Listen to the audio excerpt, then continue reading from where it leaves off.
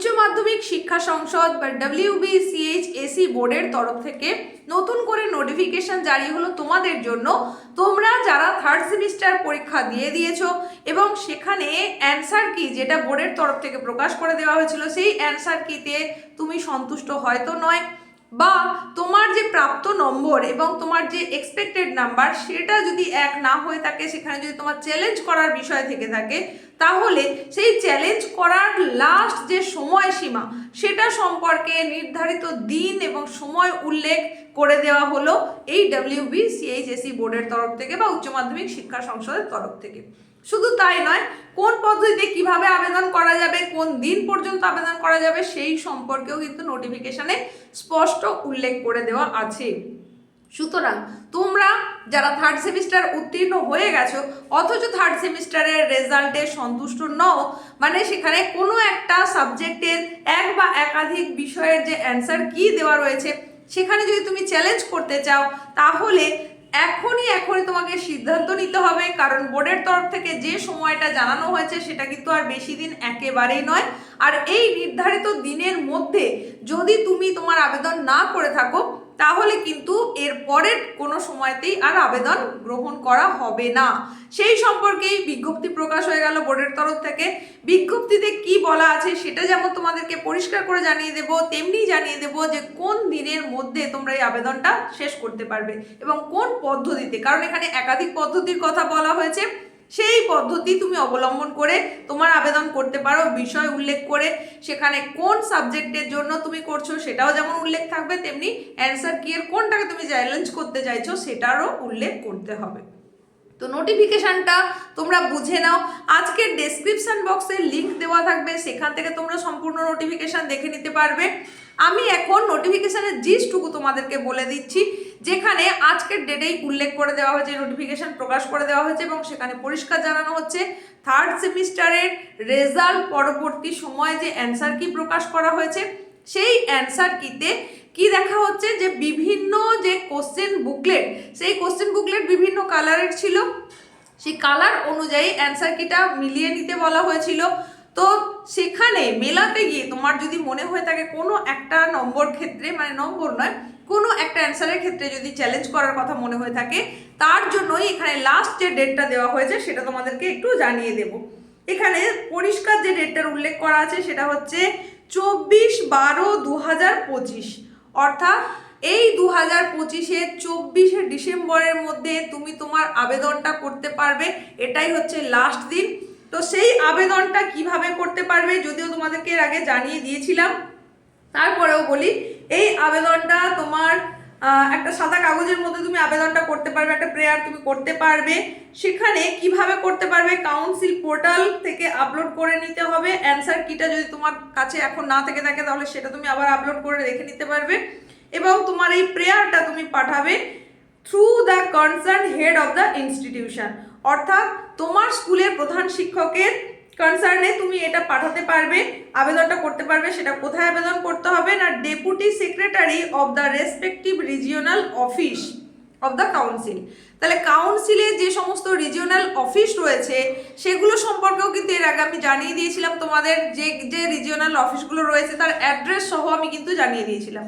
তো সেই রিজিওনাল অফিসের ডেপুটি সেক্রেটারির কাছে তুমি আবেদন করতে পারবে, আর তারই লাস্ট যে সময়সীমা সেটা বলা হচ্ছে 24শে ডিসেম্বর। এর মধ্যে তোমাকে আবেদন করতে হবে। এই উল্লিখিত তারিখের পরবর্তীতে কোনো আবেদন কিন্তু করা যাবে না। আর এই আবেদনটা সেটা কি হচ্ছে, মানে তোমাকে অফিস, যে আমি যেটা রিজিওনাল অফিসের কথা বললাম সেই কাউন্সিলের রিজিওনাল অফিসে সাবমিট করার কথা বলা হচ্ছে। এছাড়া আরও একটা পদ্ধতির কথা বলা হয়েছে, সেটা হচ্ছে ডিরেক্ট কিন্তু তোমরা মেলও করতে পারবে। হ্যাঁ, আবারও ভালো করে বুঝে নাও, রিজিওনাল অফিস যদি এটা নাও করতে পারো তাহলে কিন্তু ডিরেক্ট তোমরা মেল করে নিতে পারবে। সেটা কোথায় সেটাও বলা হচ্ছে, বলছে if any candidate likes to challenge against any answer key of any subject of semester 3 higher secondary examination 2026 already uploaded on the council's website via the above mentioned notification, he or she may send his or her complaint to the president of the council on a plain paper. ভালো করে বুঝে নাও, তাহলে তুমি direct কিন্তু প্রেসিডেন্টের কাছেও তোমার আবেদন করতে পারো, বোর্ড সভাপতির কাছেও তোমার আবেদনটা করতে পারো। সেটা হচ্ছে একটা plane paper duly forwarded by the concerned head of the institution within, এটা বলা হচ্ছে 21/12/2025, 21/12/2025 একদম 11টা 59 মিনিট। ভালো করে বোঝো, ডেট আর টাইমটা ভালো করে বুঝে নাও। 21/12/2025 11টা 59 মিনিট পর্যন্ত সময়ের মধ্যে তুমি মেল করতে পারবে। সেটা কাকে? বোর্ড প্রেসিডেন্টকে। সেটা সাধারণ একটা প্লেন পেপারে তোমাকে করতে হবে, এবং তার জন্য এখানে মেল আইডি একটা দিয়ে দেওয়া হয়েছে। সেই মেল আইডিটাও আমি এই যে নোটিফিকেশনটার লিঙ্ক দিয়ে দেবো, সেখান থেকে তোমরা মেল আইডিটা পেয়ে যাবে, কোথায় মেল করতে হবে। সেখানে আর কি বলা হচ্ছে, কি উল্লেখ থাকবে, এই যে প্লেন পেপারটা সেখানে কি উল্লেখ থাকবে, সেখানে হচ্ছে স্টেটিং দ্য কোশ্চেন নাম্বার, মানে তোমাকে যে যে জিনিসগুলোর বিবরণ দিতে হবে সেটা হচ্ছে কোশ্চেন নাম্বারটা দিতে হবে। তারপর বলছে কোশ্চেন বুকলেট কালার, কোন কালারের বুকলেটের এগেনস্টে তুমি করছো সেটা বলতে হবে। তারপর হচ্ছে সাবজেক্ট নেম, কোন বিষয়ের উপরে করছো। তারপর ক্যান্ডিডেটস নেম, তোমার নাম উল্লেখ করতে হবে। Registration number, address, mobile number etcetera. এই জিনিসগুলোর উল্লেখ কিন্তু তোমার ওই প্লেন পেপারে থাকবে, মানে কোন বিষয়ের জন্য তুমি করছো, সেই বিষয়ের যে কোশ্চেন বুকলেট কালার সেটা কি, কোশ্চেনের নাম্বারটা কত, সেগুলো তোমাকে উল্লেখ করতে হবে। তারই সঙ্গে সঙ্গে তোমার নাম, রোল নাম্বার, রেজিস্ট্রেশন নাম্বার এগুলোর উল্লেখ করতে হবে, তোমার অ্যাড্রেস, মোবাইল নাম্বার এগুলোর উল্লেখ করতে হবে। তাহলে এখানে কিন্তু দুটো পদ্ধতির কথা বলা হলো। একটা হচ্ছে সংসদের যে রিজিওনাল অফিস রয়েছে সেই রিজিওনাল অফিসে, তার জন্য 24শে ডিসেম্বর বলা হলো। আরও একটা ডেট যেটা বলা হলো সেটা হচ্ছে ইমেল মারফত, তার ডেটটা হচ্ছে 21শে ডিসেম্বর রাত্রি 11টা 59 পর্যন্ত। এই সময়ের মধ্যে কিন্তু তুমি আবেদনটা করে নিতে পারবে। তো এখন এই যে নোটিফিকেশনটা তোমাদের জানিয়ে দিলাম, তুমি জানাও যে তুমি কি কোনো আবেদন অলরেডি করে ফেলেছো নাকি করবে বলে ভাবছো। যদি মানে ভেবে থাকো যে আবেদনটা করবে, তাহলে বলবো যে আর কিন্তু সময় একেবারেই বেশি নেই। তোমরা বুঝতেই পারছো, মেলের জন্য 21 তারিখ, আর ডিরেক্ট যেটা রিজিওনাল অফিসে সেটার জন্য 24 তারিখ। তো এর মধ্যেই আবেদন করতে হবে, তা না হলে কিন্তু এর পরবর্তী সময়ে কোনো রকম কোনো আবেদনই গ্রহণ করা হবে না। তো এই ছিল নোটিফিকেশনের সারমর্ম, যেটা তোমাদের বলে দিলাম।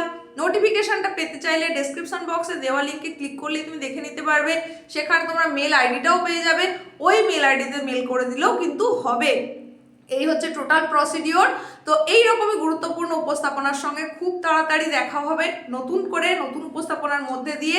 তোমাদের যদি আজকের এই নোটিফিকেশন সম্পর্কে কোনো কিছু জানার বা জানানোর থাকে তাহলে তুমি সেটা জানাতে পারো, বা তোমাদের পরীক্ষা সম্বন্ধে অন্য কোনো ব্যাপারেও যদি তোমার কিছু জানার থাকে সেটা সম্পর্কেও তুমি জানাতে পারো।